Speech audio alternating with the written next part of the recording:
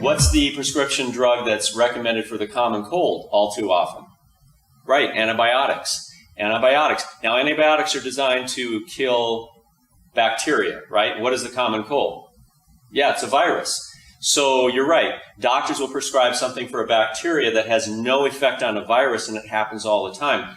Not to mention the antibiotic resistance that this is causing by prescribing all these antibiotics. So it's a major, major issue in medicine today. And doctors are being taught to try to resist the temptation to give antibiotics for every little thing. If you look at this graph here, these are several of the industrial countries here from Japan, Italy, France, Germany, Austria, Netherlands, Canada, Switzerland, Norway. It's hard to see from back there, but the USA, good old USA, is right here. And this shows the cost per capita. Every man, woman, and child in the United States, as of 2008, spends $7,500 a year. And in the year 2000, it was $4,600. So we can see where that trend's going. And we can understand at costs like that and escalating costs how healthcare is really threatening to bankrupt our country.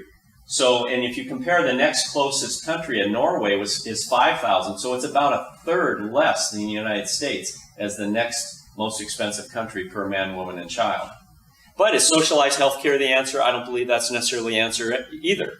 You know, we really shouldn't have government running medical care in this country. You know, they haven't done a great job with Social Security and Medicare, the U.S. Postal Service, and any other big program or agency that the government has run. They basically run it into the ground. So I don't think that's the answer. I think that capitalism and I think competition between private payers is good because it can help keep costs down. And I think that paying doctors what they deserve will also keep good doctors in the profession. So I think that's really important too.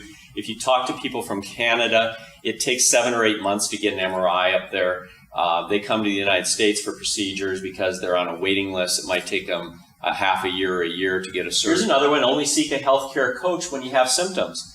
You know, a lot of doctors are going to concierge medicine where they're encouraging people to come for preventative checkups and things like that. I think that's great. And it might cost a little more on the front end, but boy, it can save a lot in pain, suffering, early death, and expense on the back end for sure. I think it's important to align yourself with somebody who can give you great healthcare advice and be there as your partner or your coach to help you navigate all the information that's out there, because that's really tough to do.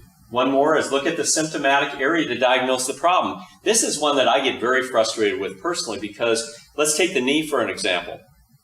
So we have a patient that comes in with a knee issue. Maybe they've even had a surgery or two and they have chronic knee problems. Their cartilage is breaking down.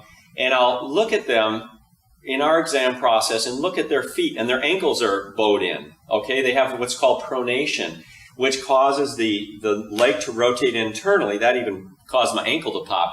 But if you drop your arch, it rotates the knee in internally. So every step you take is causing a grinding effect on the cartilage. And I'll ask them, has anybody talked to you about your feet? And most of the time they say no. No one's ever talked about it. My doctor just said I needed the surgery and blah, blah, blah. So my question is, okay, the foot is connected to the ankle's connected to the knee bone's connected to the hip bone, you know, the whole thing.